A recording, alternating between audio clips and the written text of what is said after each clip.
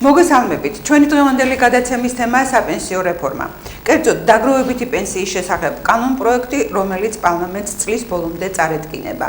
ამ თემაზე სასაუბროდ დღეს ჩვენ სტუდიაში მოვიწვიოთ ახლად არჩეული სამტრედიის მუნიციპალიტეტის საკრებულოს წევრები.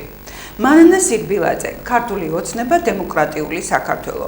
ავთანდილ სტურუა, პარტია ბაქრაძე უგულავა, ევროპული საქართველო. ასევე მოწვეული იყვნენ ნაციონალური მოძრაობიდან და პატრიოტთა ალიანსიდან წევრები, მაგრამ გარკვეული მიზეზების გამო ვერ გამოცხადდნენ. მოგესალმებით. და მადლობას მოგახსენებთ სტუდიაში მობრძანებისთვის და გადავიდეთ შეკითხვაზე. როცა ქვეყანაში ეკონომიკური კრიზისია, უცხოურ ვალუტასთან ლარის კურსი მერყეობს, 180 ლარიანი პენსია აკმაყოფილებს თუ არა საარსებო მინიმუმს. თხოვთ ქალბატონო.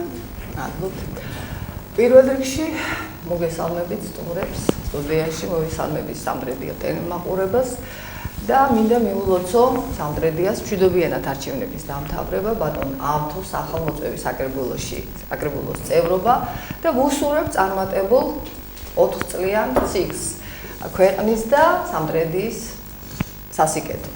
ეხლა რაც შეეხება თქვენს მიერ დასმულ შეკითხვას. დავიწყებ იმითი, რომ ჩვენი ეროვნული ვალუტის სიმყარე მხოლოდ შიდა პოლიტიკურ მდგომარეობაზე და ეკონომიურ მდგომარეობაზე არ არის დამოკიდებული. განაპირობებს ლარის სიმყარეს საგარეო ფაქტორებით. მოგვეხსენებათ, როგორი საგარეო სამეზობლო გვაქვს. იქაც სერიოზული ინფლაციები მიმდინარეობს. ამიტომ ჩვენ ვართ არამწარმოებელი ქვეყანა, შემომტანი ქვეყანა, ეკონომიკური კრიზისი, აი ამაში ვერ დაგეთანხმებით ქვეყანაში, მე მგონი არ არის. და რატომ? არის უმუშევრობა, მართალია გეთანხმებით და ვაღიარებ იმასაც, რომ არ აქვს იდეალური მდგომარეობა სოციალური კუთხითაც, მაგრამ არც მეგულება ქვეყანა, სადაც იდეალურად იყოს ყველაფერი. რაც შეეხება კრიზისს, ქვეყანაში არ არსებობს. ქვეყანა ვითარდება ეკონომიურად და ვთვლი რომ სწორად არ ხდება ბიუჯეტის შევსება იძულებითი წესით, როგორც ეს პრაქტიკაში არსებობდა წლების წინ. ეხლა ვთვლი რომ 180 ლარიანი პენსია გეთანხმებით არ არის არსებო საშუალება და მინიმუმს არ ვიცი რამდენად შეეფერება, მაგრამ ყოველ შემთხვევაში სხვა პროგრამები არსებობს სახელმწიფოში და რომ ადამიანი ჩვენი ხელისუფლებისთვის და სახელმწიფოსთვის წინაპლანზეა წამოწეული, ამას ალბათ ის სოციალური პროგრამები ადასტურებენ, რაც ჩვენს ქვეყანაშია. ის თანხაც დაახლოებით 3.300.000 მხოლოდ სოციალური პროგრამებისთვისაა გათვალისწინებული, სადაც აქ ოპერაციები განიხილება, გამგზავრება უცხოეთში თუ კი ეს საჭიროების შემთხვევაში და შესაბამისად ოპერაციის შემდგომი პერიოდი წამლებისათვის და ასე შემდეგ. შესაბამისად თვითმმართველობებსაც აქვს სოციალური პროგრამები, რომლებიც ასევე აფინანსებენ ამ კუთხით ჩვენს პენსიონერებს, მოქალაქეებს. ჩემი ოპონენტები მეტყვიან, ახლა ეს და დაახლოებით ჩვენი ხელისუფლებაში მოსვლის 14 წელს ეს სოციალური პროგრამა იყო დაახლოებით 270.000 თანხა ამ პროგრამებისთვის იყოს 270.000 ლარი. დღეისთვის გადააჭარბა 1.000.000 ლარს ამ პროგრამებმა. მაგრამ ახლა ალბათ ოპონენტები მეტყვიან ეს სოციალური მდგომარეობის გაუარესების გამო ხდება ეს. მე ვიტყოდი, რომ ეს ხდება ხელმისაწვდომი გახდა ყველასათვის ეს დახმარება, როგორც ერთის ნაწილისთვის, ისე მეორე ნაწილისთვისაც. რაც შეეხება ეკონომიკურ განვითარებას, ეს ვიცით, რომ ეს გელვადიანი პერსპექტივაა და ჭირდება ამას ინვესტორთა მოზიდვა ქვეყანაში. ინვესტორი ქვეყანაში შემოვიდეს, ალბათ ჩემზე კარგად თქვენ მოგეხსენებათ ბატონებო, რომ ჭირდება ქვეყანას სტაბილურობა. ინვესტორს ჭირდება კანონმდებლობით გარანტიები, ჭირდება ქვეყანაში მშვიდობა და სტაბილურობა. და მე ვფიქრობ, რომ ჩვენი ხელისუფლება ერთადერთია უახლოეს ისტორიაში მე არ მახსოვს 5 წლის განმავლობაში ან ომი, ან რაიმე საომარი ექსცესზე აყოფილიყოს. ერთადერთი ხელისუფლება, რომელმაც 5 წელი ისე ჩაატარა ბატონებო, რომ არანაირი ექსცესი არ ყოფილა ქვეყანაში სამეზობლო ახლო მეზობელთან მიმართებაში. მე ვთვლი, რომ იმ რეფორმათან შორის, რომელსაც ჩვენი ოპონენტებიც კი აღიარებენ, რომ არის წარმატებული, ეს არის ჯანდაცვის რეფორმა, ეს არის სასჯელ აღსრულების რეფორმა, ჩემის აზრით უპირველესი მაინც ჩვენი საგარეო პოლიტიკაა და ვთვლი რომ საგარეო პოლიტიკა ჩვენი ქვეყნისა ძალიან დაბალანსებული, გაწონასწორებული და მშვიდია. სწორედ აი ეს გარანტიები ქვეყნის დაბალანსებულობისა სჭირდება ეკონომიკასაც განვითარებისთვის და საერთოდ ქვეყანას განვითარება. ვერანაირი რეფორმა ვერ იქნება წარმატებული თუ ქვეყანაში არ იქნება მშვიდობა. მადლობა.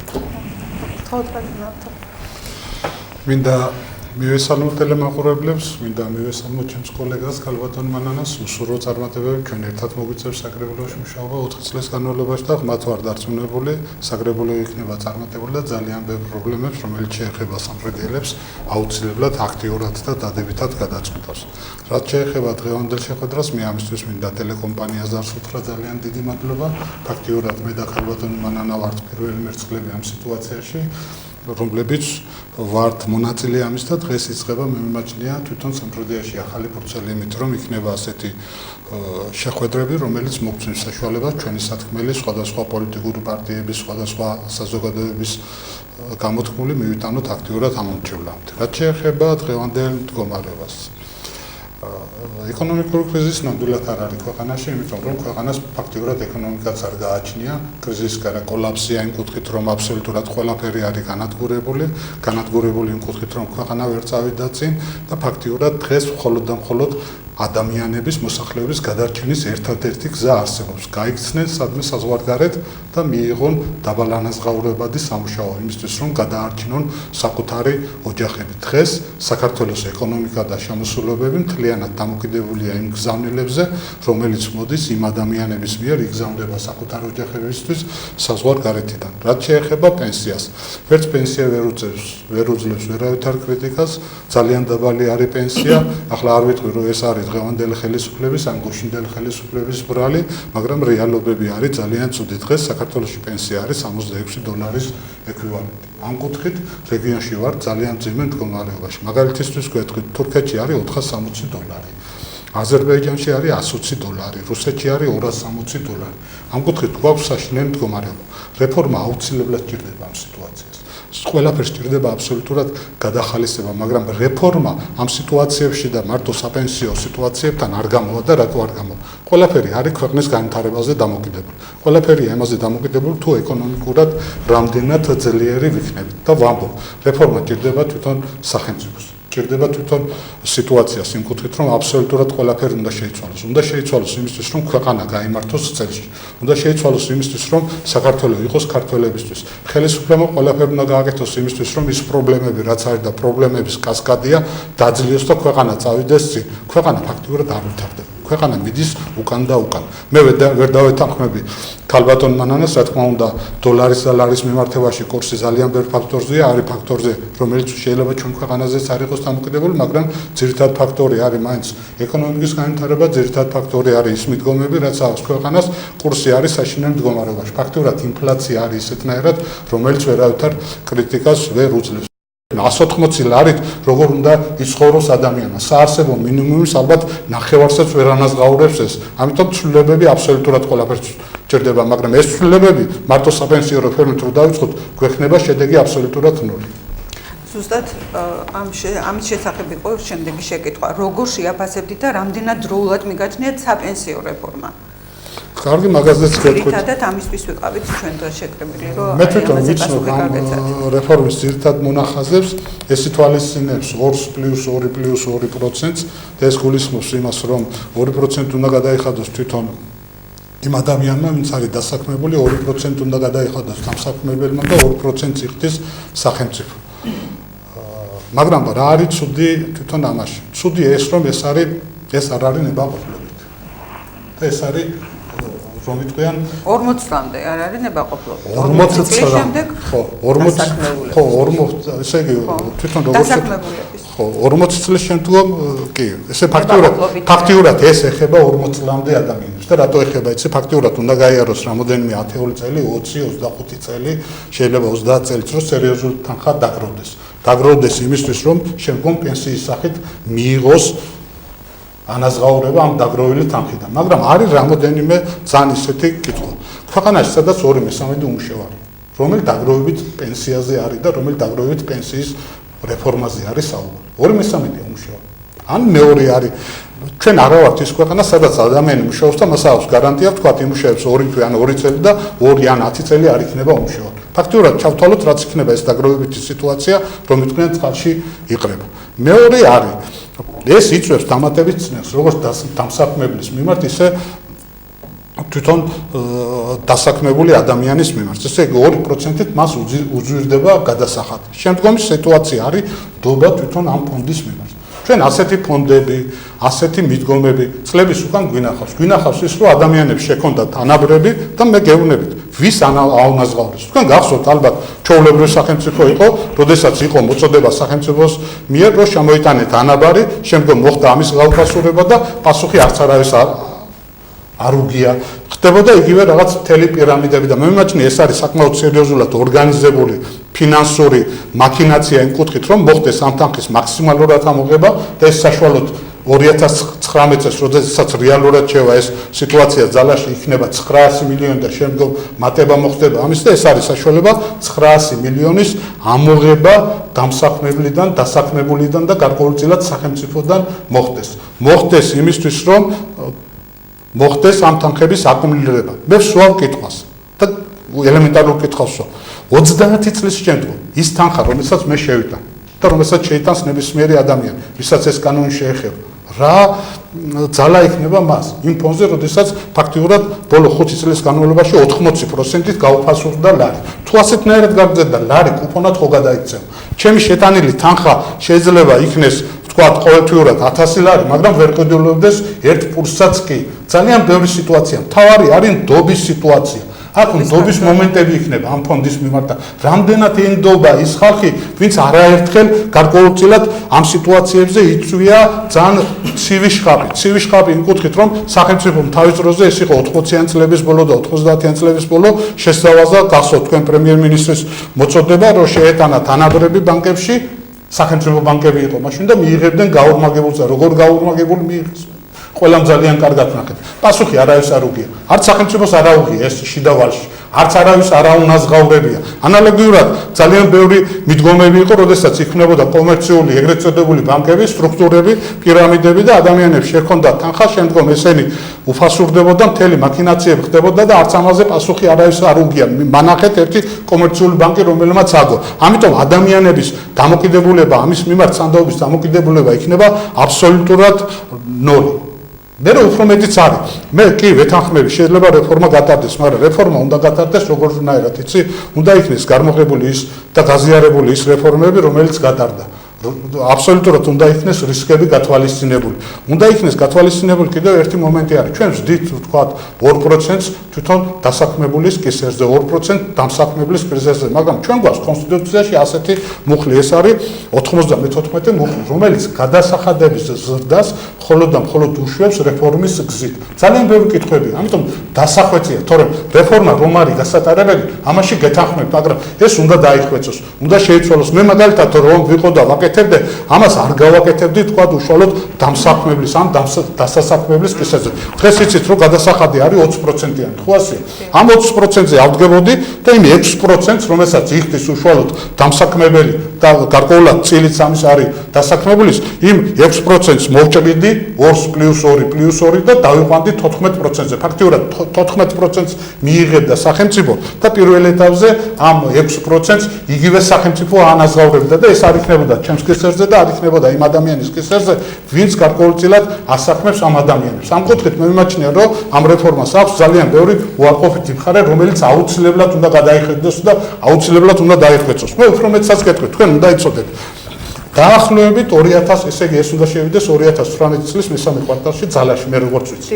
2019 წელს ეს სახელმწიფოს ამ ფონდში აკუმულირების 900 მილიონი ლარის აკუმულირების საშუალებას მისცემს. სად მიდის ახლა ეს 900 მილიონი ლარი კანონით? 900 მილიონი ლარიდან კანონით 180 მილიონი შეიძლება ჩაიდვას უცხოეთში რაღაც გარანტირებულ ფასიან კახალდებში. 184 მილიონი შეიძლება ჩაიდოს ქართული კომერციების ფასიან კახალდებში. ხოლო 675 მილიონი უნდა დაბანდეს კომერციულ ბანკებში. ესე იგი ფაქტიურად რა ხდება, იცი? ჩვენ ამ თანხით, რომელიც თითეული ადამიანის ჯიბეში არის ჩაყოფილი, რა მნიშვნელობა აქვს დამსაქმებელია, დასაქმებულია თუ სახელმწიფოა, ეს არის აბსოლუტურად ყველას თანხა, სახელმწიფო თანხა. ჩვენ კიდევ უფრო მეტად ვაძლიერებთ კომერციულ ბანკებს და იმ ბანკებს, რომელსაც ყოველწლიურად უკვე თითქმის მილიარდამდე მოგება აქვს. და ვის კისერზეა ეს? ეს აქვს აბსოლუტურად ყველა ქართველის კისერზე იმ კუთხით, რომ იმდენად მაღალია საპროცენტო განაკვეთები, ყველა ქართველი არის კრედიტების სესხების წყობაში. და ჩვენ კიდევ ჩვენი ფულით ვეხმარებით ამ ხალხს, რომ გარკვეულწილად ყოველწლიურად დაიწყონ 675 მილიონით და მიითვისონ ეს თანხა და მე გავა ალბათ 20-30 წელი გამოვა პრემიერ-მინისტრი ახლა თავისთავად ეს ვერ იქნება ქართული ოცნების პრემიერ-მინისტრი, იმიტომ დროს მისიმოობს და გამოვა და ხალხს მოუხდის პოდიშ, რომ ვიღაცა მაგით აღლითურად მიითვისა, ჩვენ ამას ვერ გინაზღაურებთ, არა გვაქვს ამის საშუალება და ყველაფერს დაუქნებს ხალხს და დამთავრდება ეს ყველაფერი. ამიტომ უნდა აბსოლუტურად სხვა მიდგომა. უნდა სხვა სიტუაცია. თუ საჭიროა, უნდა მოიწვიოს საერთაშორისო დონის სპეციალისტები, ექსპერტები და უნდა დაალაგო ეს, უნდა იყოს საერთო განხილვის საკითხი და არ უნდა იყოს კიდევ ერთხელ საშუალება იმისა, რომ სახელმწიფოს ჩაუყონ ხელი, ჩაუყონ ყველა დამსაქმებელს და ყველა დასაქმებელს და გარკვეულწილად ეს ფული, როგორც ხშირად ხდებოდა ქართულ პრაქტიკაში, მიითვისოს ამ ბანკებმა, ამ სხვილმა ბიზნესმა და ამ ვინმ. თქვენ როგორ ფიქრობთ, მე როგორც ხედავ, ამ რეფორმის წინააღმდეგია. ყველა რეფორმას აყავს ბატონებო მოწინააღმდეგეც და მომხრეც. მე მეორე კატეგორიას მევეკუთვნები, მომხრე ვარ და ასე კატასტროფულად არ ხედავ სამყაროს და საქართველოში მდგომარეობას, როგორც ბატონი თვლის. მე ერთი შეკითხვა მაქვს, აი ეს კითხვა პასუხის რეჟიმში არ არის, მაგრამ მაინც გამიჩნდა ესეთი სურვილი შეკითხვის დასმისა. იმ პერიოდში თქვენ წლების განმავლობაში იყავით ხელისუფლებაში ბატონო ავთანდი და როცა პასუხისგებაზე ლაპარაკობ და ვინმეს პასუხი უნდა ეგო რაღაცის გამო თქვენ გაგეკეთებინათ ეს პასუხისგება და მაგალითი მიგეცათ ვიღაცეებისთვის, რომ იმათაც არ ჩაედინათ მსგავსი. გაგეკეთებინათ ეს რატომ მერტული რომ ეს საპენსიო რეფორმა დაგვიანებულიცაა და ვერც ერთმა ხელისუფლებამ კახახანია მიდის ამაზე ლაპარაკი. ჩემ ახალგაზრდობაშიაც კი მიდიოდა ამ დაგროვებით პენსიაზე ლაპარაკი, მაგრამ ვერ გაბედა და ვერ გარისკა. მე ამაშიც დიდ დადებით მხარეს ვხედავ ამ ხელისუფლებისა, რომ ამ ხელისუფლებამ შეძლო გარისკა და დაიწყო ამ სახის რეფორმის გატარებაზე ზრუნვა. მე მიმაჩნია, რომ ეს რეფორმა დასახვეწია, ეს არის კანონ პროექტი, რომელიც ორი მოსმენით მიიღო პარლამენტმა, ალბათ იმ კვირაში იქნება სასესიო სხდომები და მესამე მოსმენით მიიღებს ამ კანონს და თვითონ კანონის მოქმედების დროს ალბათ გამოჩნდება ხარვეზებიც და იქნება დახვეწილი და დასუფთავებული. გარდა ამისა, ეს არის აპრობირებული მეთოდია სოფლიო ამ მეთოდით ამ საპენსიო დაგროვებითი პენსიით არსებობს და ჩვენ ვოცნებობდით იმ პენსიონერებზე, რომლებიც 60 წლის მიღწევის შემდეგ კარგად ბედნიერად ცხოვრობდნენ ევროპა და მსოფლიო მართლმსაჯულობაში და ჩვენც უნდა ვიფიქროთ. ჩვენ თუ იმას ვიფიქრებთ, რომ ქვეყანა დაიქცევა და არაფერი არ გამოვას, მე მჯერა ბატონებო და ჩემს მოსახლეობასაც ვეუბნები, რომ ნუ ვიქნებით ასეთი პესიმისტები, ჩვენ ყავს ძალიან გაწონასწორებული, დაბალანსებული სახელმწიფო, ხელისუფლება, ამ ყველა რეფორმის განხორციელება სჭირდება სტაბილური ქვეყანა, ეს ქვეყანა ჩვენ გვაქვს და ჩვენ ამ რეფორმას განვახორციელებთ და მივიყვანთ ბოლომდე, მიუხედავად წინააღმდეგობისა. მე მინდა გქონდეს გარანტირებული და ღირსეული სიბერე, ისევე როგორც სხვა დანარჩენ ქართველს და მე მინდა ცხოვრობდე ნორმალურ, სტაბილურ ქვეყანაში. და ეს დაგროვებითი პენსია, მიუხედავად იმ 2%-ისა, კიდე 2%-ისა და კიდე ეს პლუს 2%-ისა, მე ვთვლი, გარდა იმისა, რომ მე მექნება ღირსეული სიბერე, ასევე ვთვლი და ალბათ ამას ეკონომისტები ჩემზე კარგად გათვლიან, რომ კიდევ რაღაცაში მე ვეხმარები ჩემს სახელმწიფოს, ჩემს ქვეყანას, რომ განვითარდეს და არა ისე, რომ ვიღაცას ჯიბეში. მე ამას არ ვფიქრობ და არც მინდა ვიფიქრო ამის შესახებ, რომ ვიღაცა ამ ჩვენს დანაზოგს ჯიბეში ჩაიდებს. მე ვთვლი, რომ ჩემი ქვეყანა ამას ღირსეულად გააკეთებს და ღირსეულად გაართმევს თავს და ჩვენ გვეყოლება ღირსეული პენსიონერები. უხადავად იმისას, რომ ზღვარზე ვარ, საპენსიო ზღვარზე ვარ, მე დიდი სიამოვნებით ჩავერთები. მე მივიღებ თუ სხვა მიიღე, მე სიამოვნებით ჩავერთები ამ ნებაყოფები ჩავერთები ამ დაგროვებით პენსიაში. და ერთის კიდევ, არა ვარ პესიმისტურად განწყობილი. თქვენ თუ ასეთი პესიმიზმით მოდიხართ საკრებულოში ბატონო ავთო, ჩვენ ვერაფერს ვერ გავაკეთებ. თქვენ უნდა იყოთ ოპტიმისტი, თქვენ უნდა იყოთ მხარდამჭერი კარგი საქმეებისა და არა ისა რომ ისედაც შეჭირებული მოსახლეობა ამ დღეში ჩაგდო. მე ბატონებო ვარ ოპტიმისტურად განწყობილი, ყველაფერი კარგად იქნება. ქალბატონო მანანა მე ბუნებით იცით ზოგადად ოპტიმისტი ვარ, მაგრამ იმ წარე გამოცდილებიდან რაც აქვს ჩემს ქვეყანას, რაც აქვს ჩემს ხალხს და იმ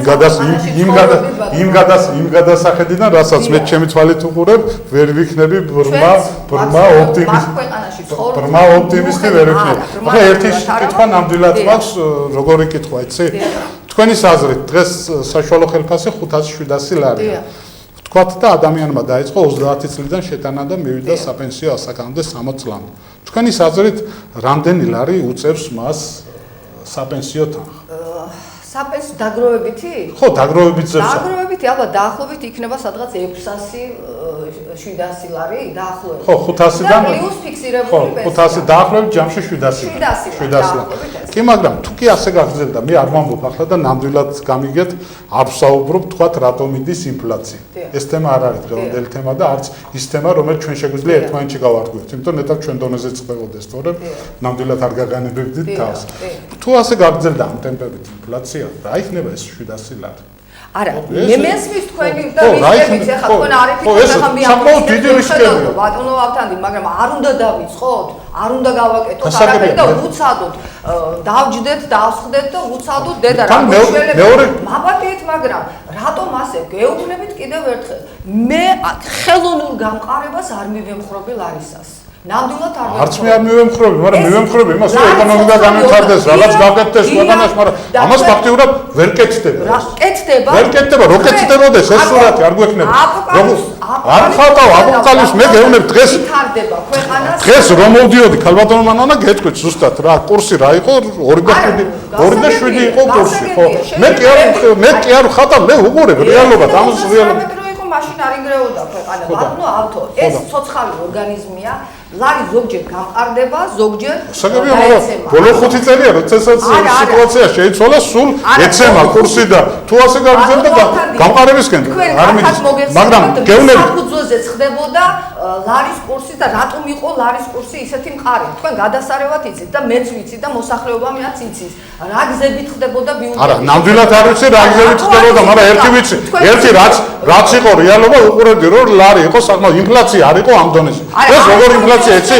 მიდიხარ ბაზარში, მიდიხარ მარკეტში, გუშინ სხვა ფასი იყო, დღეს მომატებული ფასები. რეალობა, ჩვენ როგორა იცი ქალბატონ მანანა, მე ვერ ვიცხოვრებ ილუზიით, ვერც ზეცაში ვერ ვიქნები. მე ვცხოვრობ ამ ქალაქში. ვცხოვრობ იმ რეალობებით, რომელიც არის და ამ რეალობებს მე ჩემ დასამწუხაროდ უყურებ ეს როგორც ეხება ყველა სამგრედიეს, ყველა ქართველს, ისე მეხება მეც. იმის გულზე მაქვს თქვა ჩემი ანაზღაურება, რომელიც არ იმატებს კურსი ეცემა, თუ გინ პენსია ავიღოთ ელემენტარულად 180 ლარია პენსია, $66. $66 როგორ უნდა იცხოვროს? რა თქმა უნდა, გეთანხმებით, რაღაც გასაკეთებელია, მაგრამ სახელმწიფო უნდა დაიწყოს როგორი მიდგომა, იცი, სახელმწიფო უნდა მომძლავრდეს, ეკონომიკა უნდა შეიქმნას, წინ უნდა წავიდეს, ძლიერი უნდა იქნეს სახელმწიფო.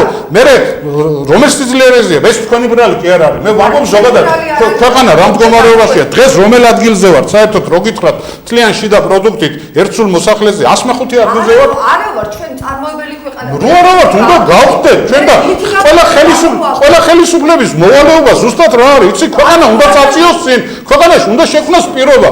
თქვენ 5 წლის ხელისუფლება ხართ, 5 წელიწადში რა გააკეთეთ ამის შესაძლებლად? ვერც ვერაფერი ვერ გააკეთეთ აბსოლუტურად. ელემენტარულად ვერ ახერხებთ იმას, რომ 3%-ზე მეტი ეკონომიკური ზრდა იყოს. ძალიან ძიმე მდგომარეობა, თქვენ არ გეხებათ ქალბატონო მანანა, თქვენს მიმართ გეუბნებით, ვარ უაღრესად სიმპათიით.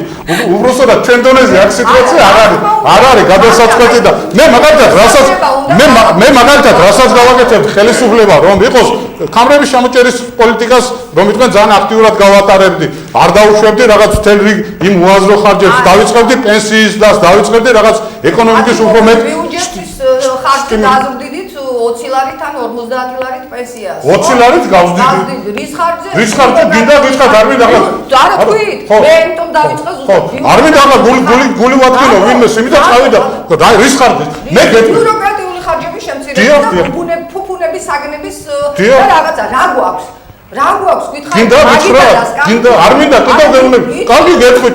მე დაგიშვათ კითხვა. კი ბატონო, წლევანდელი წელი არ არის დამთავრებული და არ ამოვიდა მონაცემები. ამოვიდა 2016 წელს სამრედის მუნიციპალიტეტის გამგეობას რამდენია პერსონალური ავტომანქანა ემსახურებოდა? რამდენი ერთი? 11. კარგით რა ვარ. რა გაცო ხელმოწებილი აქ უნდა არ გინახავ ხელმო ვალერი ფოწყველიას ხელმოწები. არავითარი პოპულისტური 11 ვალერი ფოწყველიას მე მოგიტან ტელევიზიაში ამას 11 ავტომანქანა ემსახურებოდა 4500 ლიტრს აწვავს მოგიტან თქვენ არ მოგცემთ ამას ასეთ რაღაცები უნდა დამთავრდეს ამ ქვეყანაში როგორ შეიძლება ასეთ სისტემა რას გელაპარაკობ ვალერი ფოწყველიას ხელმოწებილი მაქვს ეს დოკუმენტი რა და 11 მანქანა ემსახურებოდა ანქანა მითხარით ორის ნომერი ერთად მიაწერით ნომრები აბსოლუტურად აპანელი ყავდა თიჯარით რომელი და ზუსტად 11 აქედან ერთი არაფერს არ ვამბობ იმის გულზე ეს იყო სამხედრო გაწევით მომისმინეთ სამხედრო გაწევის და 10 მანქანა ემსახურებოდა კომუნისტების დროს გალბატონო მანანა სამრედიას ემსახურებოდა სულ 5 მანქანა როდესაც ყველაფერი იყო მოგვარებული ჩვენ დროს 3 მანქანა ემსახურებოდა 11 მანქანა არ მინდოდა ახლა ამას არ მინდა კიდევ გული ვატკილო ვიღაცებს თემაზე ვიგარეკავ სხვა თემა და მე გვპირდებით რომ ამ თემაზე ჩვენ მოგიწევთ და დავილაპარაკებთ. ეხლა დაუბრუნდეთ ისევ პენსიას. რამდენად გაქვთ გაცნობიერებული დაგროვებითი პენსიის არსი და რა სიკეთეს მოუტანს თითოეულ ოჯახს? აი უაუხსნათ რომ ნორმალურად მოსახლეობას. ეს არის პენსია გეუბნებით ღირსეული მე არ ვიცი ახლა ჩემი თაობისთვის რამდენად იქნება ეს ხელმისაწვდომი და რამდენად მოგვიწევს ეს პენსია და მე მგონი ვერა მაგრამ იმასაკისთვის ეს 40 წლამდე ვინც იქნება ეს იქნება ღირსეული და წარმატებული სიბერისთვის მე მგონი ეს პენსია მე გააზრებული მაქვს რომ აქვს ამ პენსიის რეფორმას რაღაც თავისი ნაკლოვანებები მაგრამ ასია რეფორმა ყოველთვის როცა იწყება ყავს მოწინააღმდეგენიც მაგრამ მე მაინც ვფიქრობ ეს რეფორმა უნდა დაიწყოს, დაიხვეწოს და ქვეყნისთვის ასიკეთო იქნება, ყველა ოჯახისთვის ასიკეთო იქნება და რა ვიცი, მე ვთვლი რომ მადლობთ. აუცილებელი ეს არის ჩვეულებრივად ფინანსური პირამიდა, ეს არის ჩვეულებრივად ფინანსური აფიორა, რომელსაც ძალიან მაღალ დონეზე ატარებს სახელმწიფო. სახელმწიფო დონის აფიორა არის. იმის გულისთვის, რომ მილიარდები ან შიდავალად აიღოს სახელმწიფომ და ისევ რაღაც უაზრობებს მოახმაროს, ან კომერციული ბანკები და მსხვილი რომ იტყვიან საწარმოები, რომლებშიც თვითონ აქვს საკმაოდ სერიოზული წილები, გააძლიერონ და გაამყარონ და მიეხმარონ და ეს ყველაფერი კეთდება ადამიანებს კისერზე. მე ყველას სამტრედიელეს მიმართავ რა.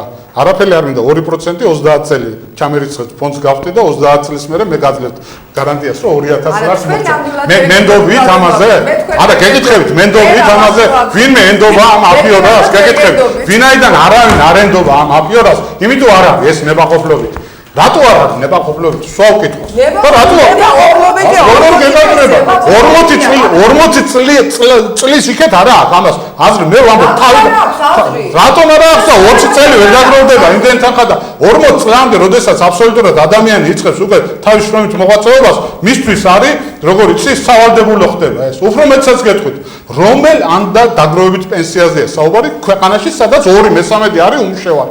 რა უნდა ქნას ავტო მომისმინეთ ერთად რა უნდა ქნას ავთოს ტურუამ რომელიც არის სადღაც ცხოვრობს ხუნჯულაოვში და დასაქმებული არის და მუშაობს მიწაზე და არც დამსაქმებელი ყავს არც სახელმწიფო უდგას გვერდში როგორ უნდა მოახდინოს ეს დაგროვებით პენსიის აკუმულირება გეკითხებით როგორ უნდა მოხდეს ეს ძალიან ბევრი კითხვებია ეს არის შეიძლება იდეაში ძალიან კარგია ის რომ რეფორმა ქვია და საპენსიო რეფორმა ქვია რომელიც აუცილებლად ჭირდება ქვეყანას მაგრამ ეს ვერ იქნება საწყისი ამისთვის ქვეყანა უნდა დადგეს ფეხზე ქვეყანაში უნდა მოწესრიგდეს სიტუაცია ქვეყანაში უნდა იყოს დასაქმებული ადამიანები და მე უნდა ვისაუბროთ უკვე ამ დაგროვებით პენსიაზე და ეს უნდა იყოს აუცილებლად ნებაყოფლობითი მე თუ არ მინდა თქვა პენსია და თუ კი ამჯერავს ამის და მიმაჩნია რომ ეს ვერ არის ისეთი რომელიც მინდა მე რატომ ხდი იძულებს რომ შევიტანო ამაში ეს რა ქვია ჩემი მე კი არ ვთქვი მე ვამბობ 20 წლის ვარო თქვა და 30 წლის და ვიწყებ მუშაობა თუ არ ვენდობი და თუ არ მინდა რატომ ხდი მე ისედაც 20% ხომ ვხდი სახელმწიფოს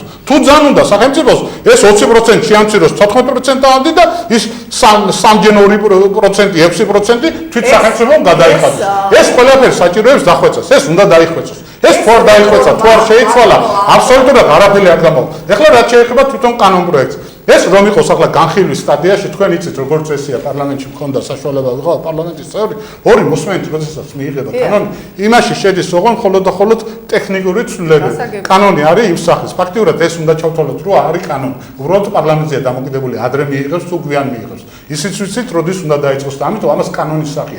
ამიტომ კანონის სახე. ამიტომ აქ ჩვენ რაც არ უნდა ვისაუბროთ, უკვე ცვლილებები ვერ შევა. რა თქმა უნდა, ვერ შევა. მაგრამ დახვეწა შესაძლებელია. დახვეწა ყველაფრის არის შესაძლებელი, მაგრამ სანამ მიიღეს. არ არის ბატონო ავთადი, ეს არის აპრობირებული, მსოფლიოში მიღებული, თქვენ ევროპული საქართველოს წარმოადგენს შესანიშნავად იცით რა ხდება ევროპაში, მთელი ევროპა, მთელი მსოფლიო ცხოვრობს მსგავსი. ნებაყოფლობით? არა, ზოგ ქვეყანაში ნებაყოფლობათია, ნებაყოფლობით შეცდომაში ზოგან სავალდებულოა. ჩვენ რატო არ უნდა იყოს ნებაყოფლობით? ეხლა საქმე რაშია იცით? აღებულია ერთი ქვეყნიდან არ არის ეს აღებული. აღებულია რამდენიმე ქვეყნიდან საუკეთესო ვარიანტები. ბატონო ავთანი, ამიტომ ვაცალოთ, ნუ მივცემთ ასეთ პესიმისტურ მიმართულებას ამ რეფორმას, მივცეთ იმედი ხალხს და ეს რეფორმა იქნება აბსოლუტურად ღირსეული რეფორმა. მე მიუხედავად იმისა, წინააღმდეგი ვარ, იმეც ვიტოვებ, რომ აბსოლუტურად ყველაფერი კარგად იქნება, მაგრამ ერთ შენიშვნად ნამდვილად ჩამოვიდან იმაში, როდესაც რაღაც კანონი გამოგაქვს და პრინციპი გამოგაქვს, მარტო პრინციპის გამოტანაზე და კანონზე კი არ უნდა იმუშაო. უნდა იმუშაო იმ ქვეყნიდან, სადაც გამოგაქვს, იმ ქვეყანას ცოტას მაინც აგავდა ეკონომიკური პარამეტრები. რაღაცასთან ბატონო ავთო მიახლოებული უნდა იყოს და რატომ ფიქრობთ ამას, რომ არ უმუშაო? ფაქტები არის სახეზე, მე მიმაჩნია, რომ ქვეყანა ვერ ვითარდება. მიმაჩნია, რომ ადამიანებს უჭირს, მიმაჩნია, რომ სამყაროელებს ძალიან ცუდად ცხოვრობს. მე ასე მიმაჩნია. შეიძლება ვწდები, თქვენ მიგაჩნიათ, რომ ყველაფერი არის კარგად. არა, მე ასე არ მიმაჩნია, ყველაფერი კარგად არც ერთ ქვეყანაში არაა, ბატონო ავთანი. ვერც იქნება. ვერც იქნება. ყველგანი ვირალტური ხელისუფლება არ არის და ვერც ვერსად ვერ იქნება, ხო ასია? მაგრამ ადამიანებს მიუცეთ განცდა იმისა, რომ ეს რეფორმა მათ ყოფას განცდა კი არა. მე დარწმუნებულიც ვარ, რომ ეს რეფორმა იმ ადამიანებს, რომლებსაც უშუალოდ შეეხებათ, მათ ყოფას აუცილებლად მე პირიქით გაბატონებაა დარწმუნებული ვარ, რომ ეს იქნება ფიასკო, რომლის შედეგს როდის გამოვიდა სიცი 20 და 30 წლის მერე, როდესაც გამოვა პრემიერ-მინისტრი ინდროინდელი და ბოდიშ მოუხდის პენსიონერებს, რომ ეს მული არ შეიჭამა, ან სახელმწიფომ დახარჯა და რეფორმაც ფიასკო იქნებოდა, მაგრამ არ არ გქონია მაგის განცდა. არა, ძალიან თქვენს ყოფილ თანამებრძოლებსაც და მე ნამდვილად არ გქონია განცდა. მე ვამბობ, იმის ფიასკო იქნებოდა. ეს რო ფიასკო იქნებოდა, მე მგონი 1-20 წელი მოახერხეთ ორივე ცხოვრება სამწუხაროში და 20 წლის მერე ეს ფიასკო რო იქნება და კუბონის ბედი რო ეწევა ამ დაგროვებულ თანხებს ჩვენ თვითონ ნახავთ. მე რა თვითონ დაგეთანხმ. მე მინდა პირიქით მადლობა უთხრა ქალბატონ მანანას მომბრძანებისთვის, მადლობა გითხრათ ქალბატონ მანანა, მადლობა უთხრა ტელეკომპანიაზარს, მადლობა უთხრა ტელემაყურებელს და მე მიმაჩნია მიუხედავად ჩვენი ასთა სხვადასხვაობისა, დღეს აბსოლუტურად ახალი ციკლი დაიწყო გადაცემების ტელეკომპანიაზარმა და მე დიდი სიამოვნებით, როდესაც მომიწევ დიდი სიამოვნებით მოვალ და მივიღებ ნებისმიერ შეხვედრაში, რომელიც დებატები არ იქნება, გვექნება ხან ერთი მიმართულება, ხან საწინააღმდეგო მიმართულება და შევჯერდებით გარკვეულწილად იმ მიმართულებებზე. ეს ახალი ხილი არ არის ნამდვილად ხშირად გვინახი, ან ჩემთვის კი ნამდვილად პირველია და შევეცდები თუ რაიმე ხარვეზ იყო სამომავლოდ გამოვასწორო, მაგრამ მე მაინც მგონია რომ საპენსიო რეფორმა გაამართლეს. მე მიმაჩნია რომ უნდა გადაიხედოს აუცილებლად. ჩვენ ტელემაყურებელს კი შევახსენებ, რომ ჩვენი დღევანდელი სტუმრები იყვნენ ახლად არჩეული სამტრედიის მუნიციპალიტეტის საკრებულოს წევრები მანანა სირბილაძე, ქართული ოცნება, დემოკრატიული საქართველო, ავთანდილ სტურვა, პარტია ბაქრაძე უგულავა, ევროპული საქართველო. მადლობთ, კარგად. მადლობთ.